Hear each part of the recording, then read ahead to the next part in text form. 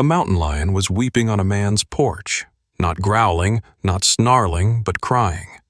When a ranger arrived, the animal led them into the woods.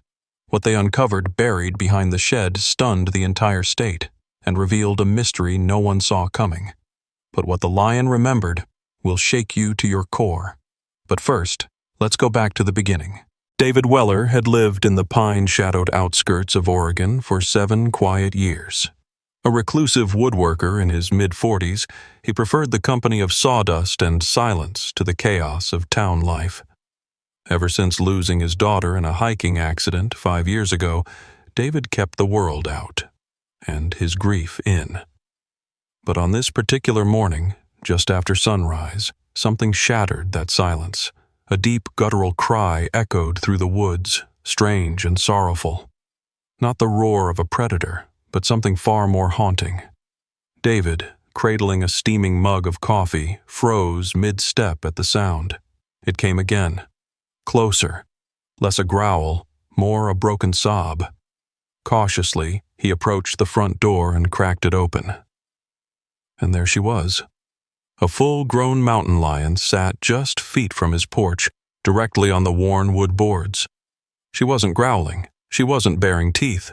Her golden eyes, glassy with moisture, locked on David's as if begging for something. Her body quivered in place, tail low, ears pinned back. And most disturbingly, she was crying. Real tears streaked the fur beneath her eyes. Her sides heaved softly. She made no move to attack, no sound to threaten. Just a low, rhythmic rumble that sounded unmistakably like grief.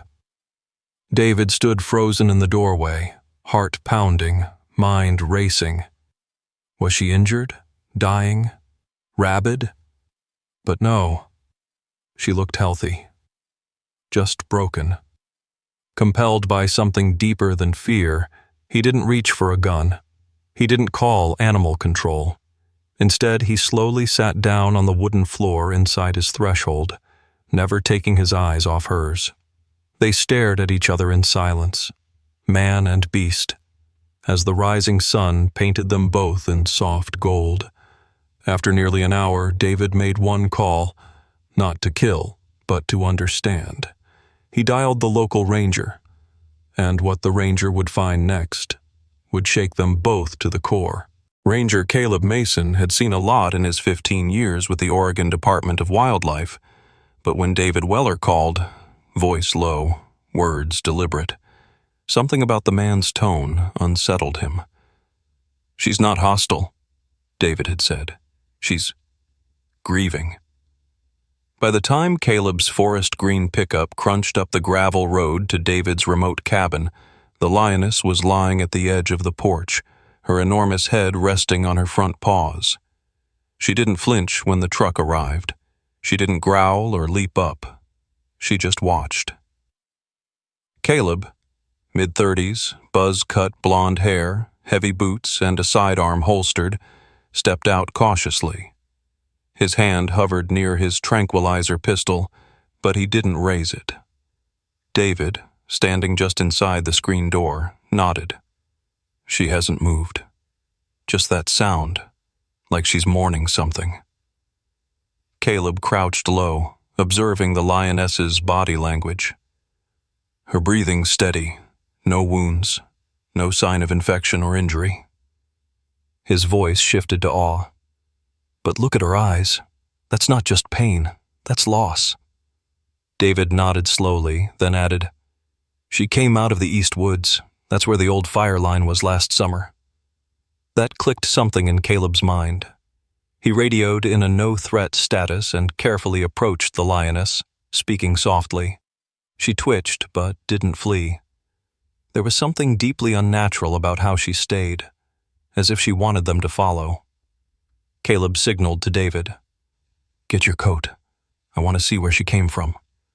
They followed her trail, massive paw prints pressed into the cold earth, leading back toward a charred stretch of forest still recovering from the wildfire the previous year. Then, the first piece of the mystery surfaced. Among the ashes and blackened stumps, they found it. A shallow mound of disturbed dirt, too precise to be accidental. Caleb knelt and cleared debris away with his gloves. A tiny, broken collar lay half-buried beneath. It was made for a cub. The lioness hadn't wandered into David's yard by accident. She had come looking for help, and this was no ordinary animal tragedy. Caleb's brow furrowed. This wasn't just a fire. Someone buried this like they were hiding something. David's jaw tightened. You think it was human? But Caleb didn't answer. He was already looking at the nearby tree, where deep gouges from claw marks formed what looked like a desperate struggle. Whatever had happened to her cub hadn't been natural, and the truth was far from over. Caleb couldn't shake what he saw in the lioness's eyes. Not fear, not aggression. Purpose. She had led them to the ashes for a reason, and now, standing over a buried collar with claw marks etched into the scorched bark, Caleb realized this wasn't the end of her trail. It was the beginning of someone else's cover-up. The tracker in him awakened. He returned the next morning, alone, before sunrise. David stayed behind to watch the lioness, who still hadn't left the porch. She lay like a statue, watching the woods, eyes fixed on a point Caleb hadn't yet found. With a handheld thermal scope and his boots crunching frost, Caleb combed the eastern ridge beyond the fire line. The deeper he went, the more unnatural it felt. Not just silence, but a kind of dead space in the forest. No birds, no scat, no movement. And then he saw it. A single cable glinting beneath a pile of leaves. Not firefighting equipment, not logging gear. A snare. A large one. Meant for a lion.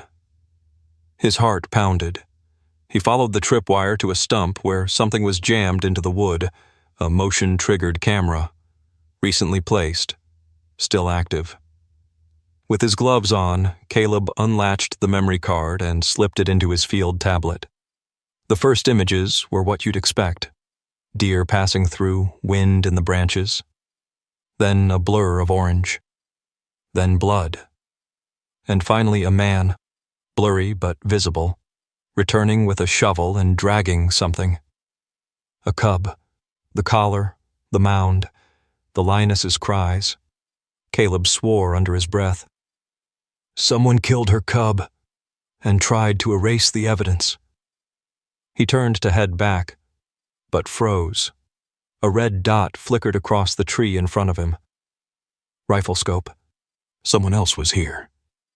He ducked behind a fallen log just as a bullet splintered the bark inches from his head. Another followed. Caleb rolled and sprinted for cover, diving through the underbrush until the trees swallowed the sounds behind him. Whoever it was didn't chase. They didn't need to. The message was clear. Back off. But Caleb wasn't backing off. He returned to David's house, panting, scraped, and furious. The lioness stood now. For the first time she approached him. Not to attack, but to look him straight in the eyes. And he understood. She had known the danger all along. She just didn't want to be the only one who remembered. The next morning, Caleb didn't go to the park headquarters. He went straight to the sheriff.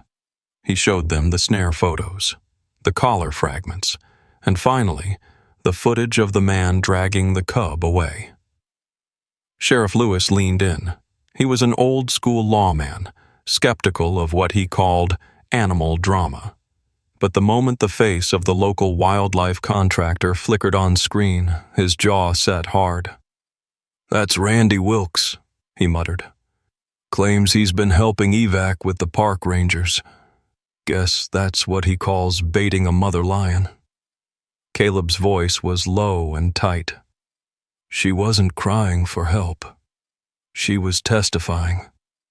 The sheriff deputized Caleb on the spot and sent 2 cars out to Wilkes's cabin on the far edge of the burn zone. But by the time they got there, Wilkes was gone. Just tire tracks and a still warm stove. Caleb turned back to the lioness. She was gone too. They searched the woods behind David's house until dusk, and then David heard it. A low, guttural rumble, not a growl, a kind of moaning grief song.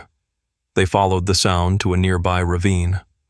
There she was, standing over a second den, shallow and hidden beneath fire-scorched roots. Inside, another cub, alive, weak, but breathing. And beside the cub, a wound in her side Caleb hadn't seen before. She had been shot days ago. The lioness had been bleeding and protecting the surviving cub the whole time, limping miles to David's house to draw attention, not for herself, but to reveal what had happened to the other. "She used us," David whispered, awestruck. "No," Caleb said, kneeling beside the den. "She trusted us." Caleb radioed for a vet team and wildlife rescue transport. The cub was taken to a sanctuary. The mother, though wounded, was stabilized and later relocated to a protected preserve, far from poachers, fire lines, and bullets. And as for Wilkes, 3 days later, he was found trying to leave the state, his truck bed filled with tranquilizers, tracking collars, and 2 pelts. He didn't say much when they cuffed him, but Caleb never forgot the look in the lioness's eyes when she stared at him through the porch rail. Not rage, not fear. Truth. She hadn't come for help. She came for witnesses.